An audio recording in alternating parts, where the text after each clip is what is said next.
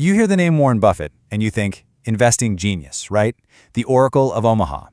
But what if I told you his entire world-changing philosophy wasn't some secret, complex formula, but just 3 powerful ideas he got from a book he read when he was 19? Well, that's exactly the framework we're diving into today, and it's one that anyone can understand. But here's the thing. Before he was the Oracle, Buffett was, well, kind of like the rest of us. He bought his first stock when he was just 11 years old. And he spent his teenage years just messing around, trying to time the market, looking at charts.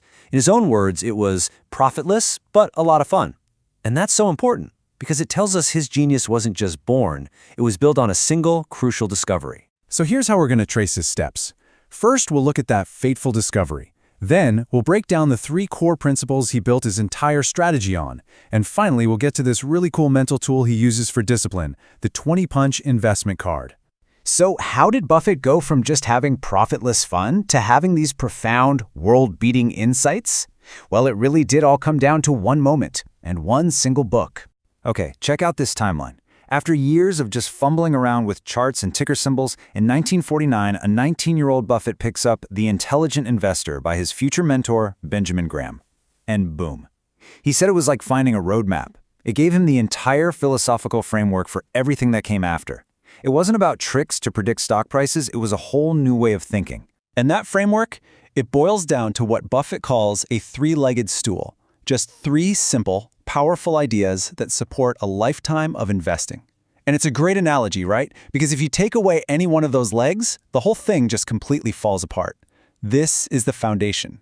All right, let's look at that first leg of the stool. And honestly, this might be the biggest mental shift you have to make.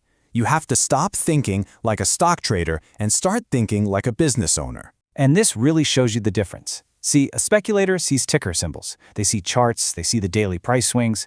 But Buffett learned that all of that is just noise. An owner, they ignore the ticker. They ask the real questions. What are the economics of this business? Is the management team any good? Who are the competitors trying to eat their lunch?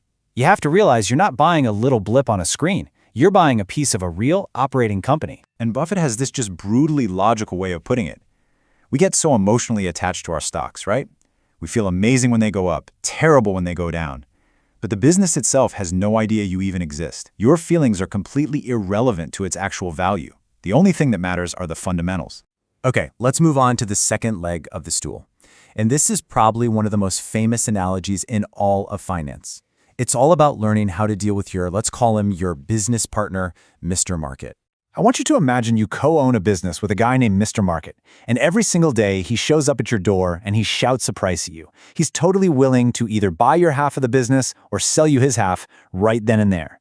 In a way, he's the perfect partner. But here's the catch. Your partner is, well, he's unstable. Some days he's totally euphoric, he's on top of the world, and he offers you a ridiculously high price for your shares. But other days, he's terrified, convinced the world is ending, and he offers to sell you his shares for pennies on the dollar. He is completely driven by fear and greed, and the prices he names swing around like crazy, even when the actual business hasn't changed one bit. So how do you handle a guy like this? Well, here's the brilliant part. You don't have to do anything. He is there to serve you, not to guide you. You can just ignore his crazy offers for days, weeks, months, even years. You only act when his mood happens to be in your favor. When he's pessimistic and offers you a bargain, you buy. When he's euphoric and offering you a fortune, maybe you sell. The key is, you are always in control. And that brings us perfectly to the third and final leg of the stool. This is the one that ties it all together and protects you from, well, from yourself. It's the margin of safety. Buffett uses a super simple analogy to explain this. Just picture a bridge. And on that bridge, there's a big sign that clearly says capacity, 10,000 pounds. So here's the question. You're driving a truck that weighs 9,800 pounds. Do you cross it? I mean, technically you probably can, but Buffett's answer is a hard no. Why would you ever cut it that close? In investing, this means you don't buy a company you think is worth $100 for $98. No way. You wait for Mr. Market to get all depressed and offer it to you for $60.